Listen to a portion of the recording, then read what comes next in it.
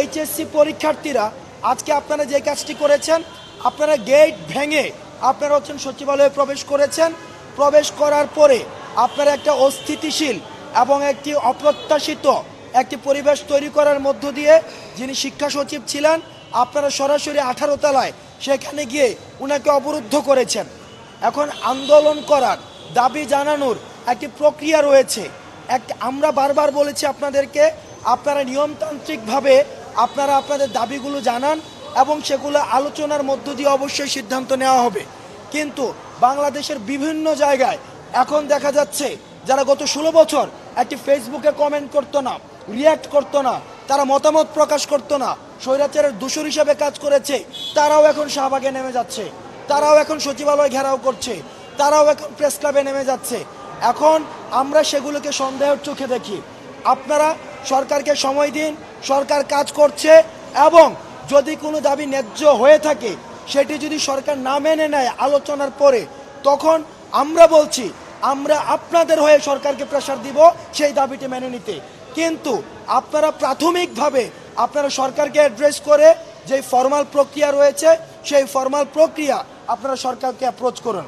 দ্বিতীয়ত, আজকে আমি দেখেছি যে আমাদের যখন 5ই আগস্টের পরে বিভিন্ন বাজারে দ্রব্যমূল্যের দাম ক্রমশ কিন্তু কম ছিল, কিন্তু এখন আবার একটি অস্থিতিশীল প্রক্রিয়া বা একটি অস্থিতিশীল পরিবেশ সৃষ্টি হয়েছে। কারণ 5ই আগস্টের পরপরই যেই এতদিন পর্যন্ত যে একটি সিন্ডিকেট ছিল বা মাফিয়াতন্ত্র ছিল, এই সিন্ডিকেট এবং মাফিয়াতন্ত্রের একটি পলায়ন পর একটি তাদের একটি আচরণ আমরা লক্ষ্য করেছি, যার কারণে দ্রব্যমূল্যের উপরে একটি ইম্প্যাক্ট ফলে এবং সেটির দাম কমে যায়। কিন্তু এখন আবার দেখা যাচ্ছে ওই জায়গাগুলোতে আবার নতুন করে মাফিয়াতন্ত্র অথবা সিন্ডিকেট গড়ে উঠছে, যার কারণে প্রান্তিক পর্যায়ের যে পণ্যটি 10 টাকা সেটি ওই সিন্ডিকেটের কারণে 40 থেকে 50 টাকা পর্যন্ত বিক্রি হচ্ছে। আমরা এই সিন্ডিকেট এবং মাফিয়াতন্ত্রকে আমরা হুঁশিয়ার করে দিতে চাই। ছাত্র নাগরিকের ঐক্যের সামনে স্বৈরাচার পর্যন্ত দাঁড়াতে পারেনি। সুতরাং আপনারা যদি জনতা বিরুদ্ধ এবং গণবিমুখ কোনো সিদ্ধান্ত নেন এবং সিন্ডিকেট করে আবার যদি দ্রব্যমূল্যের দাম বৃদ্ধি করে জনগণের মধ্যে অস্বস্তি তৈরি করেন এবং আমাদের এই অন্তর্বর্তীকালীন সরকারকে একটি অস্বস্তির মধ্যে রাখেন, আপনাদের বিরুদ্ধে ছাত্র নাগরিকের ঐক্যের মধ্য দিয়ে আপনাদের বিরুদ্ধে ব্যবস্থা নেওয়া হবে। সুতরাং এখনও সময় রয়েছে। এই সিন্ডিকেট, বাজার কেন্দ্রিক যে সিন্ডিকেটগুলো গড়ে উঠেছে, মাফিয়াতন্ত্র তৈরি হয়েছে, আপনারা সচেতন হয়ে যান এবং আইন শৃঙ্খলা রক্ষাকারী বাহিনী যারা রয়েছে আমরা আপনাদের প্রতি আহ্বান জানাবো আপনারা তাদের বিরুদ্ধে যথাযথ ব্যবস্থা নেবেন।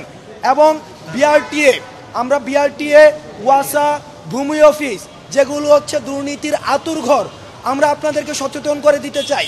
জনগণ এখন ঐক্যবদ্ধ, জনগণ এখন সচেতন। সুতরাং আপনারা যদি ঘুষ নেওয়ার কোনো ধরনের চিন্তা করে থাকেন এবং সিস্টেমের বাইরে গিয়ে কোনো ধরনের ডিফল্ট মানি ট্রানজ্যাকশনে জড়িত থাকেন, সেগুলোর বিরুদ্ধেও কিন্তু জনগণ নিয়মতান্ত্রিকভাবে ব্যবস্থা নেবেন। আপনারা যদি সেটি ভেবে থাকেন এই সরকার আপনাদেরকে মৃদু তিরস্কার করবে অথবা ওএসডি করবে, তাহলে আপনারা ভুলের মধ্যে রয়েছেন। আমরা এই সরকারকে আমরা আহ্বান জানাবো পদচ্যুতির মধ্য দিয়ে তাদেরকে যেন যথাযথ আইনের আওতায় নিয়ে এসে দুর্নীতির যথাযথ শাস্তি দিয়ে দৃষ্টান্ত স্থাপন করে। সর্বশেষ, আমার জায়গার সর্বশেষ, পরবর্তীতে সার্জিস বলবে, সেটি আজকে আমাদের ডিএমপি কমিশনারের সাথে একটি গুরুত্বপূর্ণ এবং ফলপ্রসূ মিটিং হয়েছে, যেখানে আমরা ডিএমপি কমিশনারের কিছু পরিকল্পনা নিয়ে কথা বলেছি। কিভাবে আপনারা জানেন যে যারা জনশৃঙ্খলার কাজে নিয়োজিত যে পুলিশ বাহিনী তারা ডিমোরালাইজ হয়ে গিয়েছে, তারা যেন কাজে ফিরে সেটির জন্য আমরা একটি পরিকল্পনা বাস্তবায়ন করছি এবং সেটির আমরা খসড়া করেছি। আমরা আশা করি আগামী 2 দিনের মধ্যে আমরা সেটি নিয়ে বিভিন্ন থানায় আমাদের পরিকল্পনা নিয়ে বিভিন্ন থানায় রিভাইভাল অফ দ্য স্পিরিট কর্মসূচি গ্রহণ করব, যেটি দিয়ে ছাত্র, নাগরিক এবং পুলিশের ঐক্যবদ্ধ অংশগ্রহণের মধ্য দিয়ে আবার পুলিশকে স্বতঃস্ফূর্তভাবে মাঠে নিয়ে আসার জন্য আমরা চেষ্টা করব। একটি জায়গা স্পষ্ট করে দিতে চাই, পুলিশ ভাইরা আপনারা যারা রয়েছেন, আপনাদের সাথে আমাদের কোনো ধরনের শত্রুতা নেই। জনগণের আপনাদের সাথে সেবার সম্পর্ক, কোনো ক্ষমতার সম্পর্ক নয়। কিন্তু আপনাদের পোশাকটিকে বিগত সরকার আপনাদেরকে ব্যবহার করে, লাঠিয়াল বাহিনী হিসাবে ব্যবহার করে ক্ষমতায় টিকতে থাকতে চেয়েছিল। আমরা আপনাদের প্রতি আহ্বান জানাবো আপনারা কাজে ফিরে আসুন। সেই জায়গা থেকে আমাদের ছাত্র নাগরিকদের যদি কোনো সহায়তা প্রয়োজন হয় আমরা সেই সহায়তা আপনাদেরকে দিব। আপনাদের যেই পুলিশ কর্ম কমিশন গঠন করার যে আপনাদের প্রস্তাব দিয়েছেন পুলিশ কমিশন, সেটি নিয়েও পর্যালোচনা চলছে, সেটির প্রোজ অ্যান্ড কনস আলোচনা হচ্ছে, সেটির হচ্ছে ব্যবহারিক ভিত্তিতে সেটি কতটা বাস্তবায়নযোগ্য সেটি পর্যালোচনাপূর্বক যদি এই পুলিশ কমিশন বাস্তবায়নযোগ্য হয় সেটিও বাস্তবায়ন করা হবে।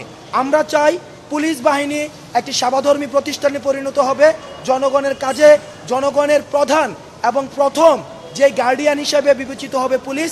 আমরা পুলিশের উপরে আস্থা রাখতে চাই, নির্ভরতা রাখতে চাই। সুতরাং আপনারা কাজে ফিরে আসুন।